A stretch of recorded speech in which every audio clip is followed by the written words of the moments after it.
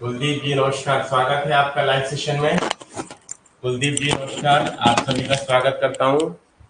आपके live session की class है, ठीक है। और आज से हम लोग हिस्ट्री को शुरू कर रहे हैं।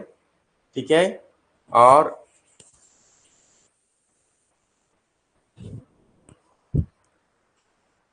अगर आवाज आ रही है तो कमेंट बॉक्स में बताइए। साउंड क्लियर है तो बताइए कमेंट बॉक्स में।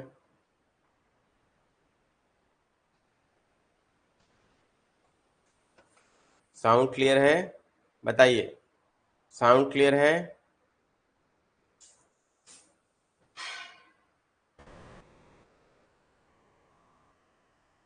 कुलदीप जी साउंड क्लियर है?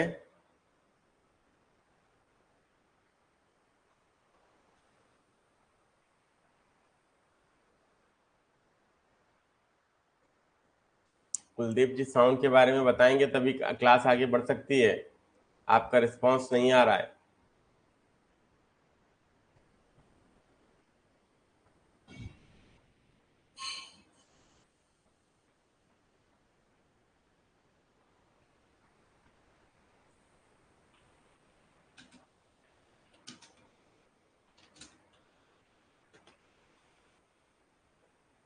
एक फोन देना जरा।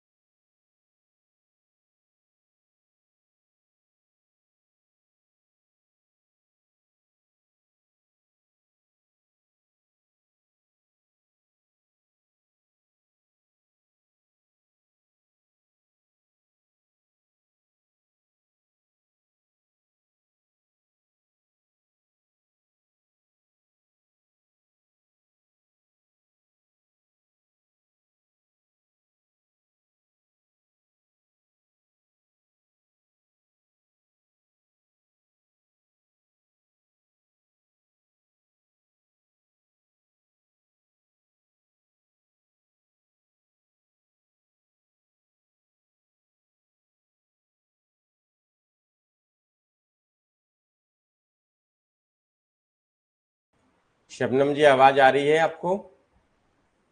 साउंड क्लियर है, बताइए एक बार। साउंड क्लियर है, कंफर्म कीजिए। बोलिए कमेंट बॉक्स में कमेंट करके, साउंड क्लियर है?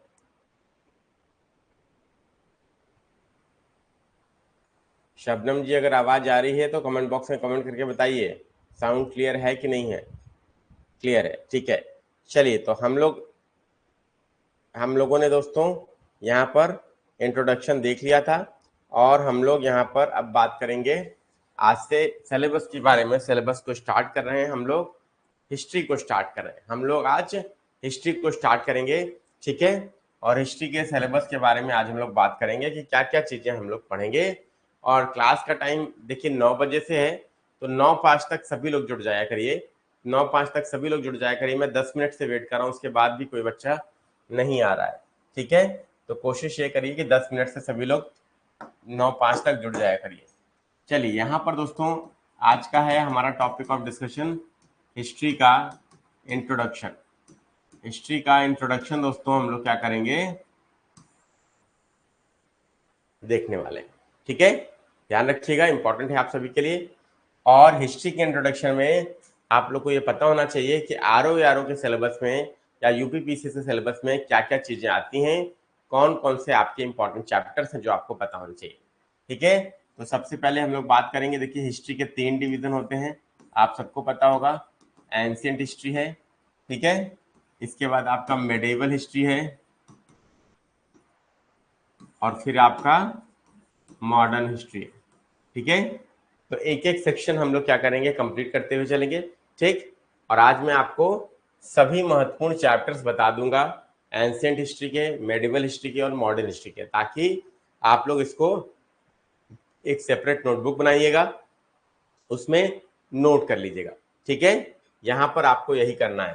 तो एंशिएंट हिस्ट्री, इसके बाद मेडिवल हिस्ट्री, और फिर आपका मॉडर्न हिस्ट्री, ये 3 आपके डिवीजन हैं जो आपको सबको पता होंगे, ठीक। अब देखिए सबसे पहले हम लोग स्टार्ट किससे करेंगे, हम लोग यहाँ पर एंशिएंट हिस्ट्री से स्टार्ट करेंगे। हम लोग यहाँ पर एंशिएंट हिस्ट्री से स्टार्ट कर रहे हैं, ठीक है। जिसे हम लोग हिंदी में क्या बोलते हैं, जिसे हम लोग प्राचीन भारत का इतिहास बोलते हैं। हम लोग हिंदी में क्या बोलते हैं, इसे प्राचीन भारत का इतिहास बोलते हैं। याद रखिएगा, इंपॉर्टेंट है आपके एग्जाम के लिए, ठीक है सभी लोग। अच्छा, अब इसमें कौन कौन से चैप्टर आपके ऐसे हैं जो इंपॉर्टेंट हैं, याद रखिएगा। अगर देखिए वेटेज की बात करें, पहले समझ लीजिए, अगर हिस्ट्री का वेटेज आपका 100% है, मतलब अगर हिस्ट्री से आपके 100 प्रश्न आ रहे हैं, तो आपका जो डिस्ट्रीब्यूशन रहता है वो 50% वेटेज आपका मॉडर्न हिस्ट्री का रहता है, और एंशिएंट और मेडिवल हिस्ट्री का वेटेज क्या है, वो 50% है।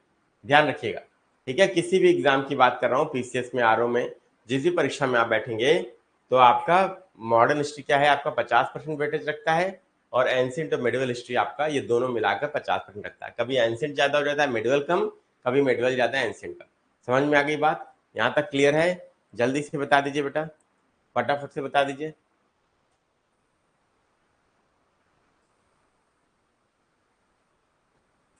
क्लियर, यहाँ तक स्पष्ट हो रही बात? वेटेज आपको क्लियर होना चाहिए, और वेटेज इसलिए क्लियर होना चाहिए क्योंकि परीक्षा कोई भी हो, आपको हिस्ट्री आनी चाहिए, और हिस्ट्री के बिना आपका एग्जाम नहीं क्लियर होगा, ठीक है। ये बात भी ध्यान रखिएगा, ठीक। चलिए तो यहाँ पर दोस्तों एंशिएंट हिस्ट्री हम लोग स्टार्ट करने वाले हैं, और एंशिएंट हिस्ट्री के इंपॉर्टेंट चैप्टर्स पहले हम लोग यहाँ पर देखने वाले हैं, ठीक है।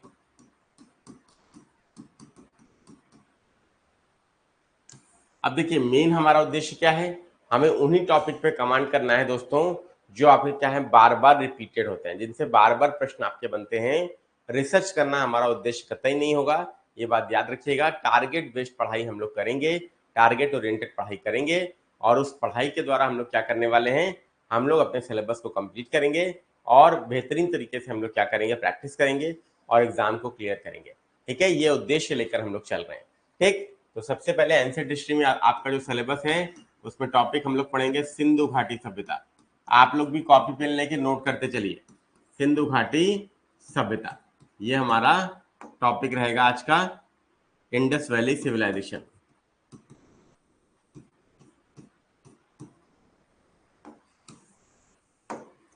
सिंधु घाटी सभ्यता, Indus valley civilisation, Indus valley civilisation. ठीक, याद रखिएगा। इसके बाद दूसरा आपका इंपॉर्टेंट टॉपिक है वैदिक काल,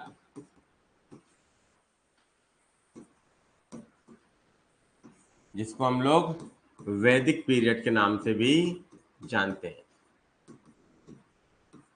ठीक, इसके बाद आपका आता है उत्तर वैदिक काल। उत्तर वैदिक काल मतलब लैटर वैदिक पीरियड या पोस्ट वैदिक पीरियड। ये सबको देखिए पता होना चाहिए। देखिए पहला लेक्चर है इसलिए मैं बता रहा हूं, क्योंकि आपको ये पता होना चाहिए कि किस किस जगह से प्रश्न पूछा जाता है। ठीक है, चलिए इसके बाद नेक्स्ट आपका है उत्तर वैदिक काल के बाद महाजनपद काल। ठीक है,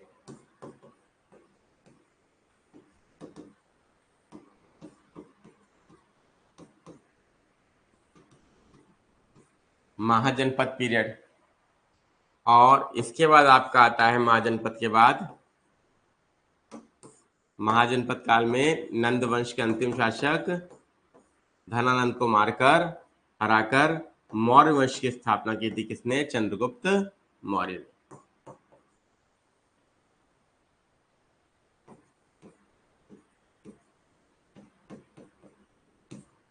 ठीक है, ये आपका दोस्तों यहां तक नोट हो गया तो बताइए, फिर आगे बढ़े। चलिए यहां तक नोट हो गया तो बताइए, फिर आगे बढ़े। यहां तक नोट हो गया तो बताइए, फिर हम लोग आगे बढ़े। ठीक है, यहाँ पर कमेंट बॉक्स में कमेंट करके बताएंगे तो हम लोग आगे बढ़ेंगे। ठीक है, जितने भी लोग जुड़े हैं सभी लोग कमेंट बॉक्स में आपके पास टाइप करने का ऑप्शन है और उसमें कमेंट कीजिए और बताइए तो हम लोग आगे बढ़े। ठीक है, सभी लोग ध्यान दीजिए। यहां तक नोट हो गया? नोट हो गया तो नोटेड लिखिए। नोट हो गया दोस्तों तो नोटेड लिखिए।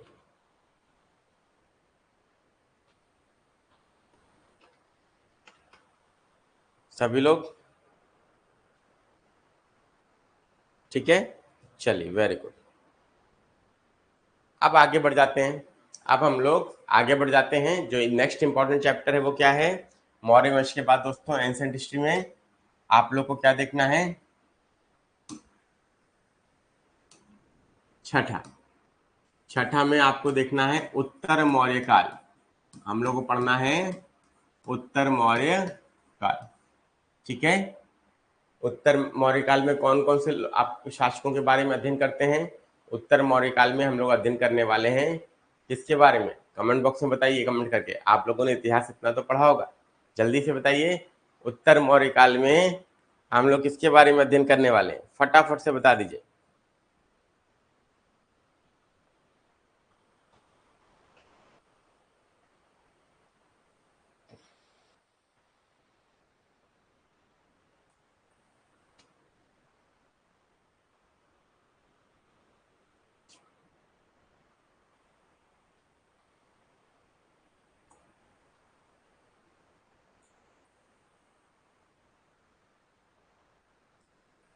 इसमें आप सबको पता होना चाहिए कि हम लोग अध्ययन करने वाले हैं शुंग वंश के बारे में।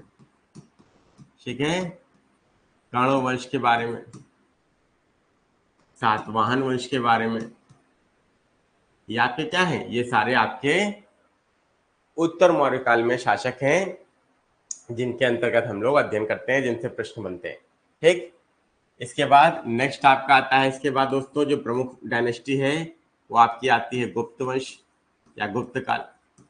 गुप्त काल को भारतीय संस्कृति का स्वर्ण युग भी कहते हैं। क्या बोलते हैं? भारतीय संस्कृति का स्वर्ण युग, golden age of Indian culture. ठीक है, तो गुप्त काल आपका इसके बाद आता है, याद रखिएगा। इसी को हम लोग इंग्लिश में क्या बोलते हैं? गुप्ता पीरियड। ठीक, फिर आपका आता है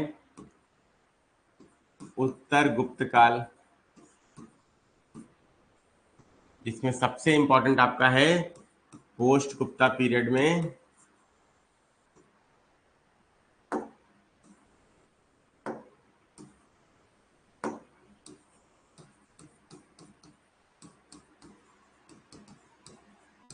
सबसे इंपॉर्टेंट आपका रूलर कौन है? हर्षवर्धन, सबसे महान शासक और भारतीय इतिहास में सबसे दानी शासक भी कहे जाते हैं हर्षवर्धन, जिसके बारे में आप सब लोग जानते हैं।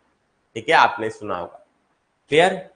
उत्तर गुप्त काल तक दोस्तों हम लोगों ने देख लिया। अब इसके बाद दोस्तों आपको याद रखना है, टेक्निकली अगर बात करें तो हमारा ये एंशिएंट हिस्ट्री का सिलेबस दोस्तों यहीं तक मुख्यतः है। यहाँ तक नोट हो गया तो बताइए जल्दी से, यहाँ तक अगर नोट हो गया हो तो फटाफट से बता दीजिए।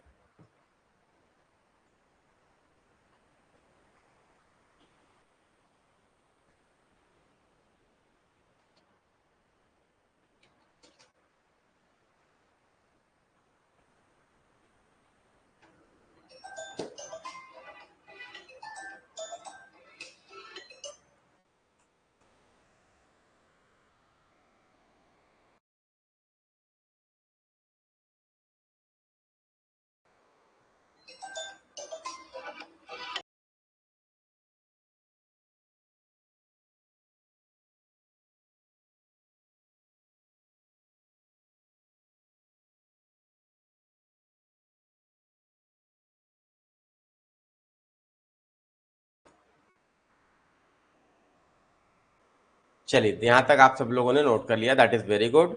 और यहाँ तक दोस्तों अगर आप लोगों ने नोट कर लिया है तो ये बहुत अच्छी बात है। अब दोस्तों देखिए, एक इंपॉर्टेंट चीज आपको यहाँ पर बचती है, ठीक है, वो क्या है वो भी मैं आपको बता देता हूँ। ठीक है, एक इंपॉर्टेंट चीज आपकी बचती है, बुद्धिज्म, जैनिज्म। सबसे इंपॉर्टेंट चीज आपकी बचती है बुद्धिज्म और जैनिज्म। और इसके बाद दोस्तों आपका बचता क्या है? ध्यान दीजिए, यहाँ पर सबसे इंपॉर्टेंट चीज आपकी बचती है बुद्धिज्म या बौद्ध धर्म।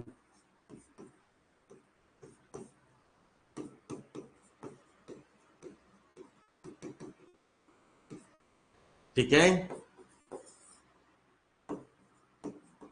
जैन धर्म,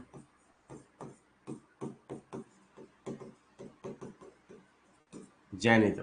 ठीक है, बुद्धिज्म और जैनिज्म आपका सबसे इंपॉर्टेंट चीज है दोस्तों, ये बात आपको यहाँ पर ध्यान रखना है, इससे बहुत सारे प्रश्न आपके एग्जाम में पूछे जाते हैं।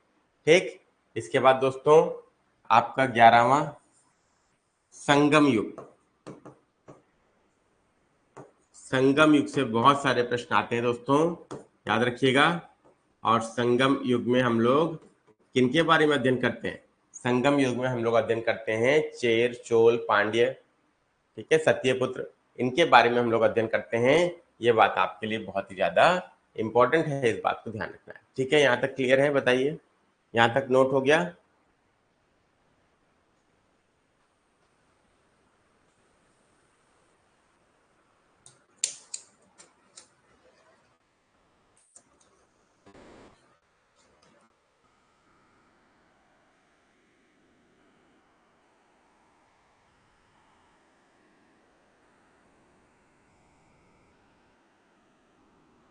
बोलिए यहाँ पे जितेंद्र जी, शबनम जी और जितने भी लोग लाइव सेशन में जुड़े हैं सभी लोग बताएं, सभी लोग बताइए, जितने भी लोग लाइव सेशन में जुड़े हुए हैं।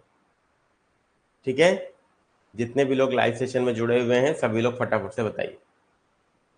यहाँ तक सबने नोट कर लिया और सबको क्लियर हो गया? फटाफट से बता दीजिए एक बार, फटाफट से एक बार बता दीजिए।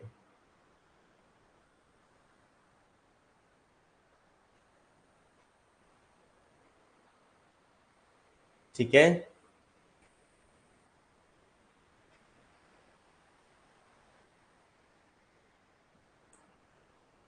क्लियर है? नहीं, बंद नहीं हो रही है बेटा, बंद नहीं हो रही है।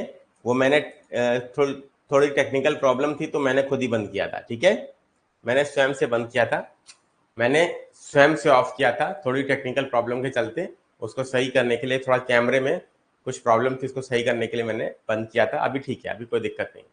ठीक है, चलिए यहाँ तक आप सबको क्लियर हो गया। और देखिए ये आपके क्या है दोस्तों, याद रखिएगा, ये आपके सबसे इंपॉर्टेंट चैप्टर्स हैं, इनको आपको क्या करना है, ध्यान रखना ही रखना है, जो मैंने आपको यहाँ पर बताया। देखिए एंशिएंट हिस्ट्री में सिंधु घाटी सभ्यता, वैदिक काल, उत्तर वैदिक काल, महाजनपद काल, मौर्य वंश। इसके बाद आपका आता है उत्तर मौर्य काल, गुप्त काल, उत्तर गुप्त काल, बौद्ध धर्म, जैन धर्म और संगम युग। तो ये सारे प्रश्न दोस्तों आपके एग्जाम में इनसे निश्चित रूप से पूछे जाते हैं। बहुत इंपॉर्टेंट एंशिएंट हिस्ट्री है, याद रखिएगा। और हम लोग स्टार्ट तो कल से करेंगे, लेकिन आज हम लोग हिस्ट्री के पूरे इंपॉर्टेंट चैप्टर्स यहाँ पर देख लेंगे। एंशिएंट के मैंने देख लिए, अब मैं आपको बताने जा रहा हूँ मेडिवल हिस्ट्री के इंपॉर्टेंट चैप्टर्स। ठीक है, यहाँ पर अब मैं आपको बताने जा रहा हूँ मेडिवल हिस्ट्री के इंपॉर्टेंट चैप्टर्स। मेडिवल हिस्ट्री के आपके इंपॉर्टेंट चैप्टर्स मैं आपको बताने वाला। ठीक, तो सबसे पहले देखिए यहां पर आपको क्या करना है। भारत में अरब आक्रमण, ठीक है, भारत में अरब आक्रमण ये जो अध्याय है आपका, ठीक है। और कहीं कहीं आपको भारत में मुस्लिम आक्रमण भी लिखा हुआ मिलेगा, लेकिन याद रखिएगा बेसिकली सब शुरुआत होती है 711 ईस्वी में, मोहम्मद बिन कासिम ने जब भारत पर आक्रमण किया। ठीक है, इसके बाद आप सबको पता है महमूद गजनी, मोहम्मद गोरी, ये सारे लगातार क्या करते हैं, भारत पर आक्रमण करते हैं। तो इसमें दोस्तों हम लोग अध्ययन करेंगे मोहम्मद बिन कासिम,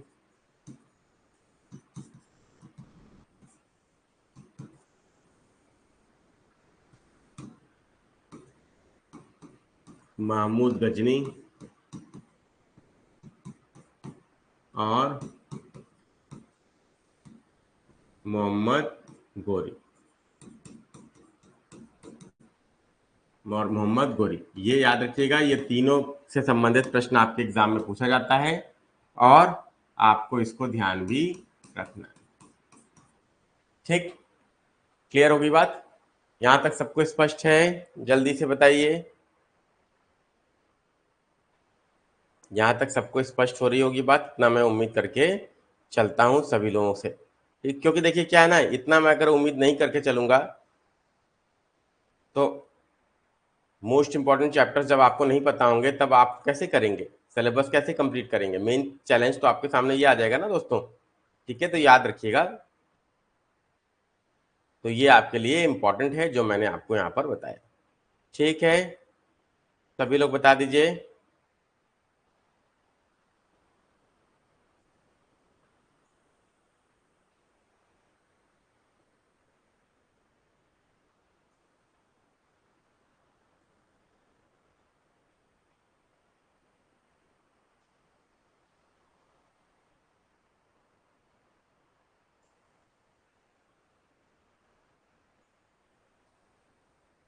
ठीक, चलिए अब यहाँ पर देखिए एक चीज मैं आपको बताऊंगा। यहाँ पर भारत में अरब आक्रमण के बाद नेक्स्ट आपको क्या देखना है। जब मोहम्मद गोरी भारत से लौटा, जब मोहम्मद गोरी भारत से लौटा तो उसने क्या किया, अपने सिपा सलार को भारत में छोड़ दिया कि उसके नाम से वो क्या करे, शासन करे। तो उनमें से एक मोहम्मद गोरी का गुलाम था, सिपा सलार था, उसका नाम था कुतुबुद्दीन ऐबक। कुतुबुद्दीन ऐबक ने भारत में किसकी स्थापना की, दिल्ली सल्तनत की स्थापना की। दिल्ली सल्तनत की स्थापना की, ये बात आपको ध्यान रखना है। और दिल्ली सल्तनत में आपको पढ़ना क्या है, गुलाम वंश, जिसकी स्थापना कुतुबुद्दीन ऐबक ने की थी। ठीक है, इसके बाद आपका खिलजी वंश, इसके बाद आपका तुगलक वंश, फिर सैयद वंश, और फिर आपका लोधी वंश आता है। ये बात आप लोग नोट कर लीजिएगा। ठीक है, तो ये आपका दिल्ली सल्तनत का क्रम है और ये पूरा क्रम भी आपको पता होना चाहिए। पूरे टोटल 326 वर्ष तक इन्होंने दिल्ली पर शासन किया और इसमें 5 वंशों का शासन रहा, गुलाम वंश, खिलजी वंश, तुगलक वंश, सैयद वंश और लोधी वंश। ठीक है, यहाँ पर आप सबको स्पष्ट हो रही बात, क्लियर? ठीक है, अच्छा यहाँ तक नोट हो गया तो फटाक से बताइए। यहाँ तक नोट हो गया है तो फटाफट से बता दीजिए।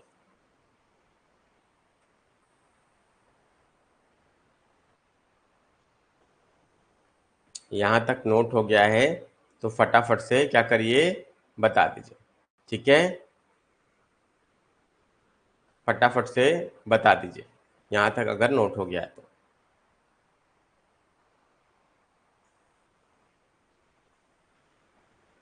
ठीक है, चलिए यहाँ तक आप सब लोगों ने नोट कर लिया, दैट इज वेरी गुड। अब बढ़ जाते हैं आगे। नेक्स्ट इसके बाद क्या आता है दोस्तों? नेक्स्ट इसके बाद आता है मुगल वंश। लोधी वंश के अंतिम शासक, लोधी वंश के अंतिम शासक इब्राहिम लोधी को हराया किसने? बाबर ने, पानीपत के प्रथम युद्ध में। और मुगल वंश की भारत में स्थापना की। तो याद रखिएगा, मुगल वंश आपके लिए इंपॉर्टेंट है इसके बाद। और मुगल वंश में किसके बारे में हम लोग को देखना है? क्रम आपका क्या है? बाबर, हुमायूं, अकबर, जहांगीर, शाहजहां और इसके बाद औरंगजेब।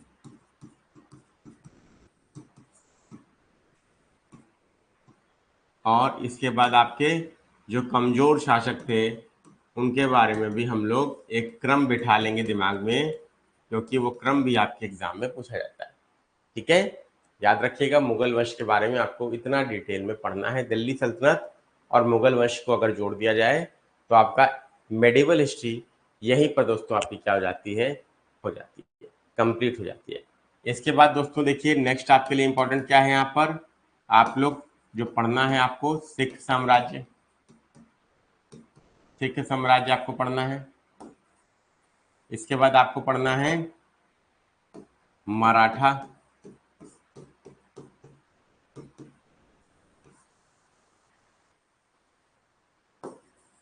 इसके बाद आपको पढ़ना है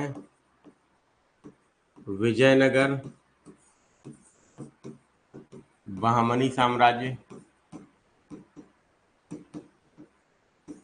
ठीक है, विजयनगर और बहमनी साम्राज्य। फिर आपको क्या करना है दोस्तों?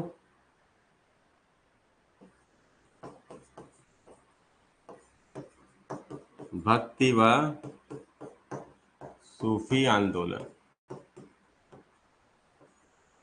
इतनी चीजें दोस्तों आपको क्या करनी है? मेडिवल हिस्ट्री से करनी है, ये बात आपको ध्यान रखना है। इसको सभी लोग क्या करिए, फटाफट से नोट करिए। इसको फटाफट से क्या करिए? नोट करिए।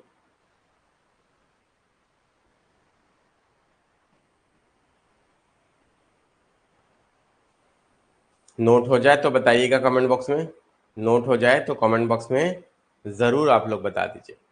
ठीक है, कमेंट बॉक्स में ज़रूर आप लोग बता दीजिए नोट हो जाए तो।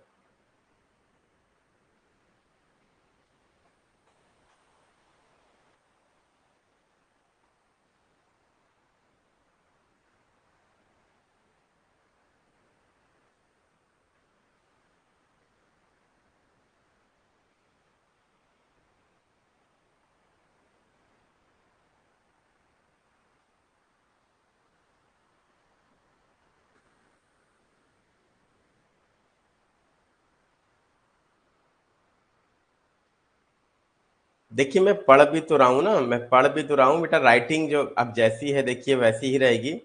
मैं बड़ा लिखने का प्रयास करूंगा, लेकिन आपको ये पहले बोलना चाहिए था। अगर आपको फॉन्ट साइज से दिक्कत है तो पहले बताना थी ना शबनम जी।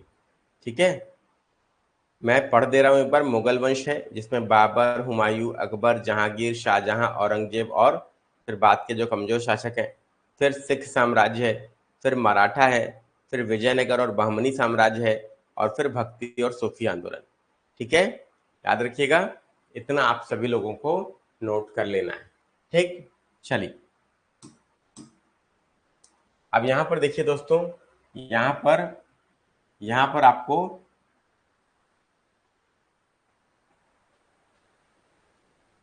एक छोटा सा टॉपिक आपका यहाँ पर और है, मैं वहां पर आपको बता रहा हूँ। इसको आप लोग एंशिएंट हिस्ट्री वाले में नोट कर लीजिएगा। चालुक्य वंश,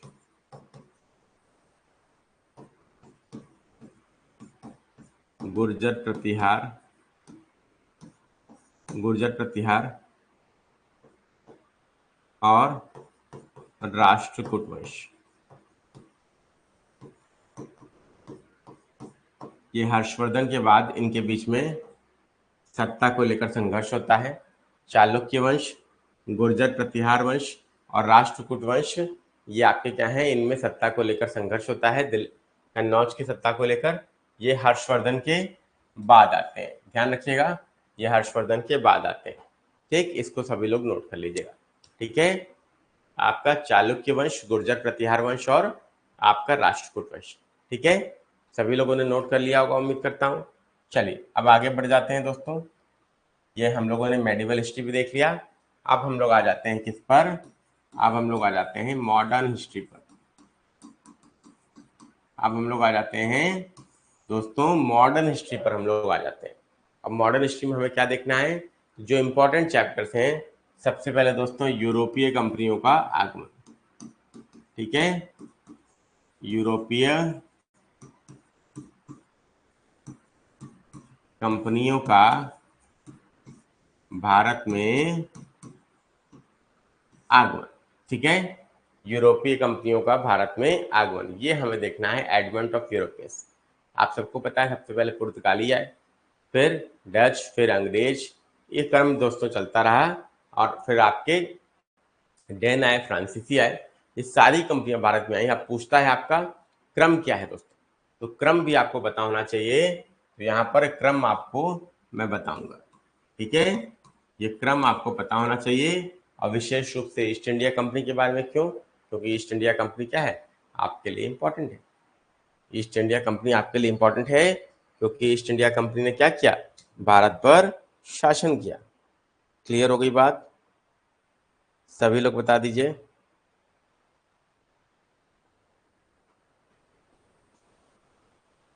ठीक है,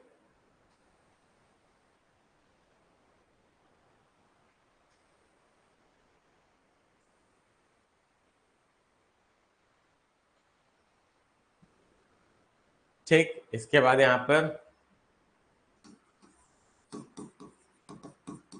ब्रिटिश शक्ति का विस्तार।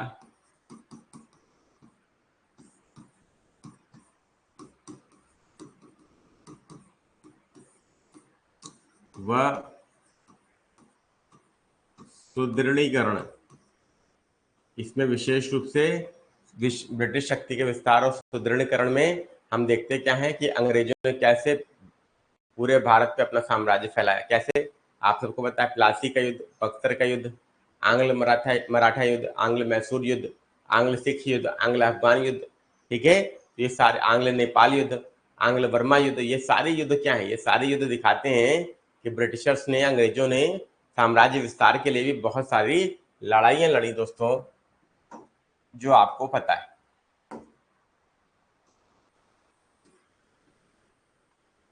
ठीक है, चलिए इसके बाद नेक्स्ट आपका देखना है, आपको क्या, नेक्स्ट आपका इंपॉर्टेंट चैप्टर जो है वो है 1857 की क्रांति।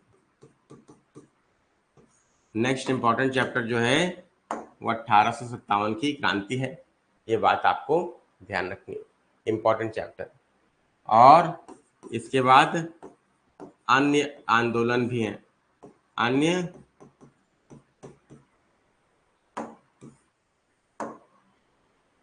अन्य विद्रोह भी आप कह सकते हैं, जो किताबों में इसी नाम से दिया रहता है।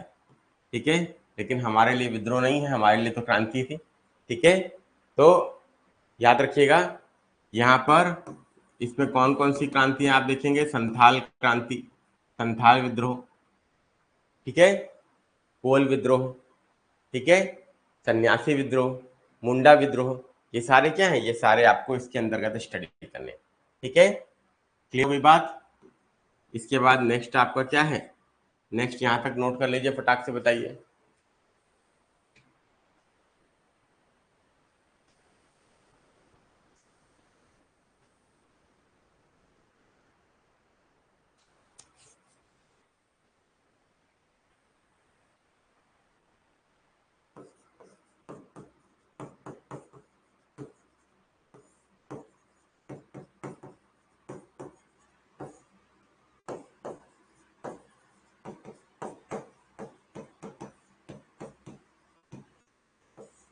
सामाजिक धार्मिक सुधार आंदोलन, ठीक है, ध्यान रखिएगा। यूरोपीय कंपनियों का आगमन, ब्रिटिश शक्ति का विस्तार, 1857 की क्रांति, अन्य विद्रोह, सामाजिक धार्मिक सुधार आंदोलन। ठीक है ना, यहां तक नोट हो गया? फटाक से बताइए, यहां तक हो गया ना? सब लोग बताइए। चलिए, नोट कर लिया आप लोगों ने, वेरी गुड, बहुत अच्छे, बहुत बढ़िया। चलिए, यहां तक हो गया नोट, वेरी गुड। अब आगे यहाँ पे सामाजिक धार्मिक सुधार आंदोलन में हम लोग कौन कौन से आंदोलन देखते हैं? ब्रह्म समाज, आर्य समाज, ठीक है, इन सब के बारे में हम लोग अध्ययन करते हैं। ब्रह्म समाज, Arya Samaj, theosophical society, Ramakrishna mission, ठीक है। इसके बाद थियोसॉफिकल सोसाइटी, रामकृष्ण मिशन, इसके बाद आपका प्रार्थना समाज, ठीक है, servants of India society, Radha Swami Satsang, ये सारे क्या है? ये सारे आपके इसी के अंतर्गत हम लोग स्टडी करते हैं, इससे संबंधित प्रश्न आपकी परीक्षा में पूछे जाते हैं, ठीक है, ध्यान रखिएगा। इसके बाद नेक्स्ट आपका क्या है? नेक्स्ट आपका है छठा।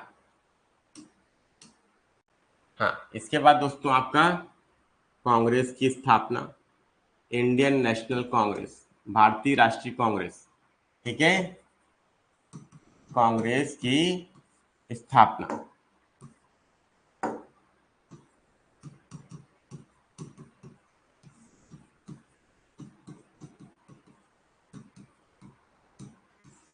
कांग्रेस की स्थापना याद रखिएगा, इंपॉर्टेंट है दोस्तों, सभी लोग, वेरी वेरी इंपॉर्टेंट डेट है आपके एग्जाम के लिए, ठीक है। अच्छा, इसके बाद कब स्थापना हुई? 1885 में। किसने स्थापना की थी? एओ ह्यूम ने, जो रिटायर्ड ब्रिटिश सिविल सर्वेंट थे, ठीक। इसके बाद दोस्तों कांग्रेस की स्थापना के समय के बाद से 1885 से लेकर 1905 का जो दौर था, ये आपका नरमपंथी चरण था स्वतंत्रता संग्राम का, ठीक है, स्वतंत्रता संग्राम का नरमपंथी चरण था दोस्तों, यहां तक आप लोग इसको ध्यान रखेंगे,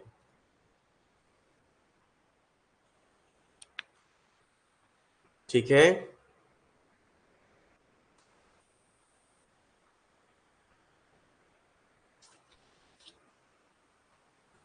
इसके बाद 1905 से लेकर 1918, ये आपका क्या था दोस्तों?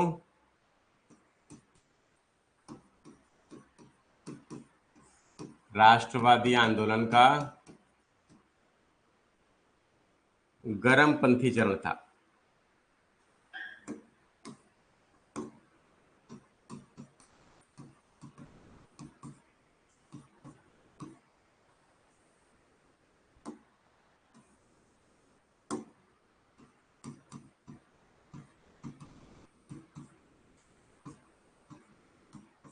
गर्मपंथी चरण, ठीक।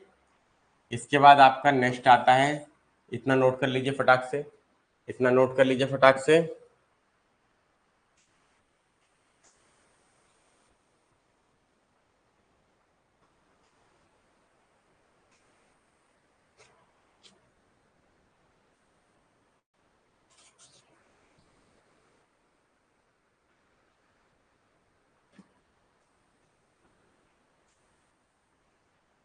ठीक है,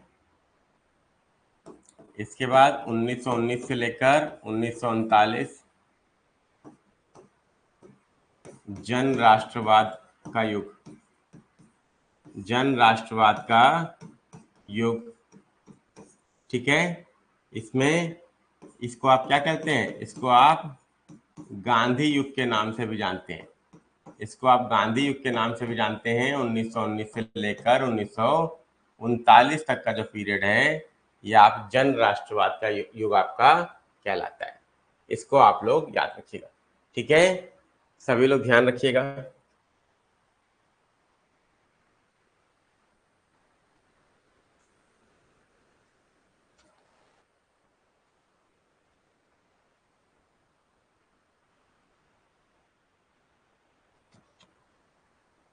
इसके बाद आपका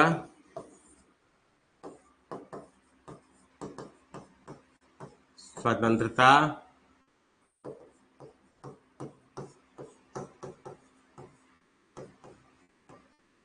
और विभाजन की ओर, इसमें 3 प्रमुख आपकी क्या हैं घटनाएं हैं। Indian national army INA, Azad Hind फौज जो सुभाष चंद्र बोस जी ने गठित की थी, आज़ाद हिंद फौज। इसके बाद आपको याद रखना है quit India movement. Quit India movement मतलब भारत छोड़ो आंदोलन, ठीक है, भारत छोड़ो आंदोलन एक्सेट्रा, ठीक है। ये आप लोग लिख लीजिएगा, ये आपके लिए इंपॉर्टेंट है, आप सभी लोगों के लिए, ठीक है। और यहाँ पर एक और इंपॉर्टेंट चीज आप लोग नोट कर लीजिए, डिमांड फॉर पाकिस्तान।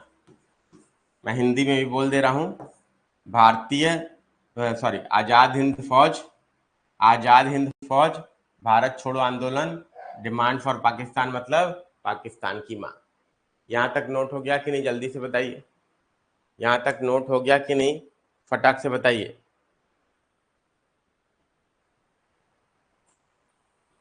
ठीक है, सभी लोगों ने नोट कर लिया, सभी लोगों ने नोट कर लिया, बताइए फटाफट से।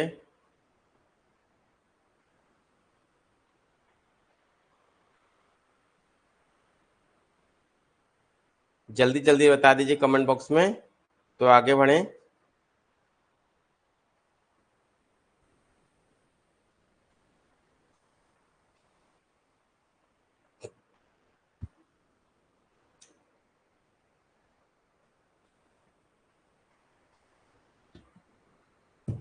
ठीक, चलिए इसके बाद आपका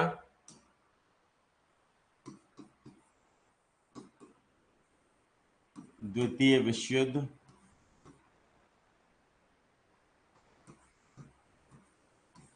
इसके बाद आपका द्वितीय विश्व युद्ध 1939 से 1945 तक चला।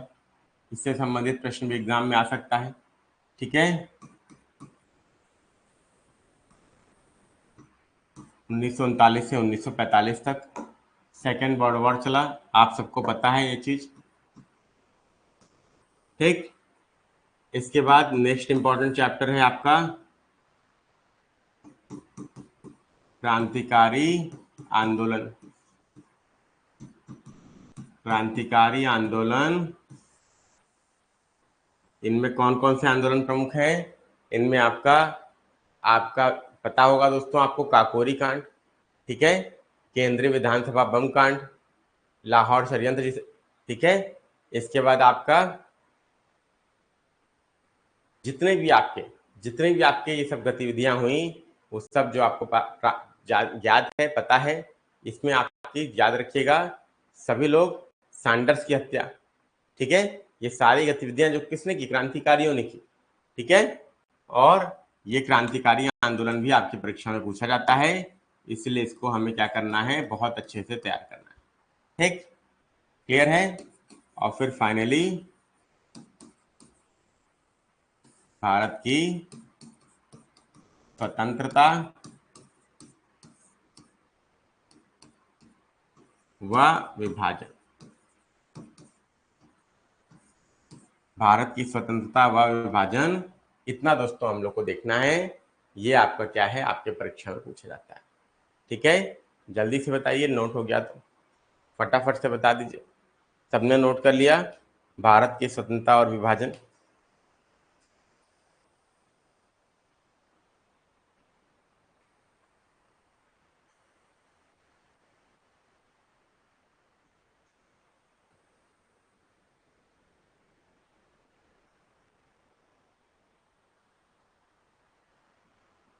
ठीक है, चलिए, तो ये दोस्तों आपको मैंने इंपॉर्टेंट चैप्टर्स बता दिए सारे, जो आप लोग को नोट करने चाहिए। आपको क्लास के रिकॉर्डिंग भी, हिस्ट्री का एक फोल्डर बन जाएगा आज से, और आपके एप्लीकेशन में हिस्ट्री का फोल्डर में आपको ये क्लास भी मिल जाएगी और ये PDF भी मिल जाएगी, ठीक है। तो आप सभी लोग क्या करें, उसका वेट करिए, पहली चीज़। और दूसरा चीज़, ये आप सब लोग देखिए, यहाँ पर जो इंट्रोडक्शन मैंने बताया, कल हम लोग स्टार्ट जो करेंगे वो क्या स्टार्ट करेंगे, तो आप सभी लोग क्या करिएगा, सिंधु घाटी की सभ्यता। अगर आप कोई बेस बुक भी साथ में पढ़ना चाहते हैं, ठीक है, अगर पढ़ना चाहते हैं तो ऑप्शनल है, देखिए ऐसा कोई बाध्यता नहीं है। तो एनसीईआरटी पढ़ लीजिएगा, क्लास 11th क्लास की पुरानी एनसीईआरटी जो किसने लिखी है, आर एस शर्मा ने लिखी है। ठीक, एनसीईआरटी 11th पुरानी एनसीईआरटी है, फोटोकॉपी आपको मिल जाएगी। ठीक है, 50-60 रुपए की मिलेगी, आप ये ले सकते हैं और साथ में चैप्टर्स को पढ़ते हुए चल सकते हैं। तो कल का जो हमारा चैप्टर रहेगा हम लोग पढ़ेंगे। अभी समय हमारे पास पर्याप्त है, समय की दिक्कत नहीं है, पर्याप्त समय है। तो हमारा जो क्या है, सिंधु घाटी सभ्यता से हम लोग स्टार्ट करेंगे। क्लियर हो गई बात? ठीक है, जल्दी से आप सब लोग कमेंट बॉक्स में बताइए, कमेंट बॉक्स में जल्दी से बताइए ताकि हम लोग क्या कर सकें, क्लास को वाइंड अप कर सकें। अब ध्यान रखिएगा दोस्तों, कल सभी लोग इतना ध्यान रखिए कि 9 बजे अगर टाइम है बेटा, तो आप सब लोग 9:05 तक जुड़ जाइए, 9:05 तक जुड़ जाइए।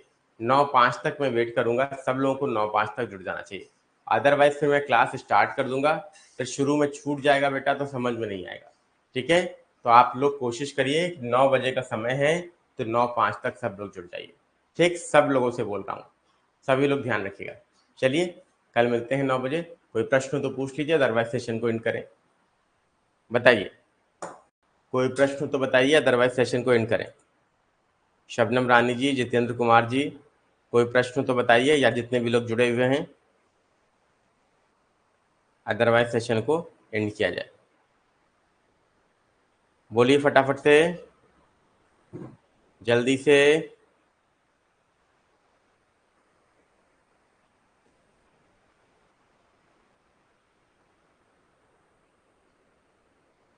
मैं रिस्पॉन्स नहीं, क्लियर है सबको?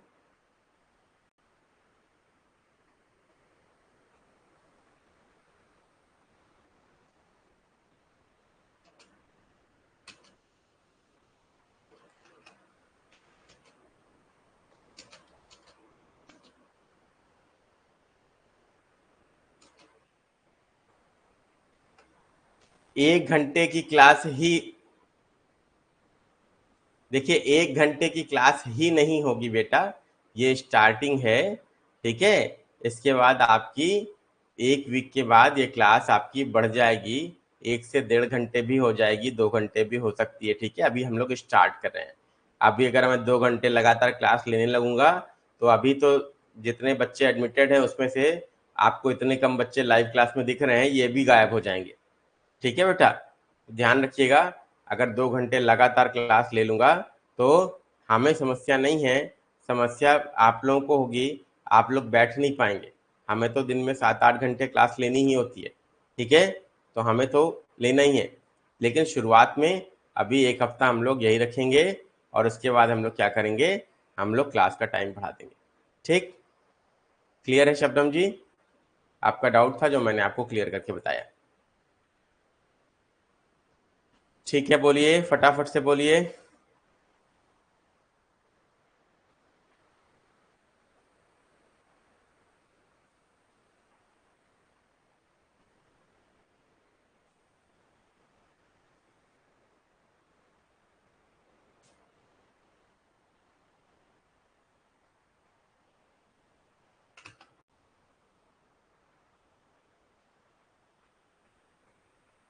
चलिए, तो कल मिलते हैं 9 बजे, सभी लोग थैंक यू।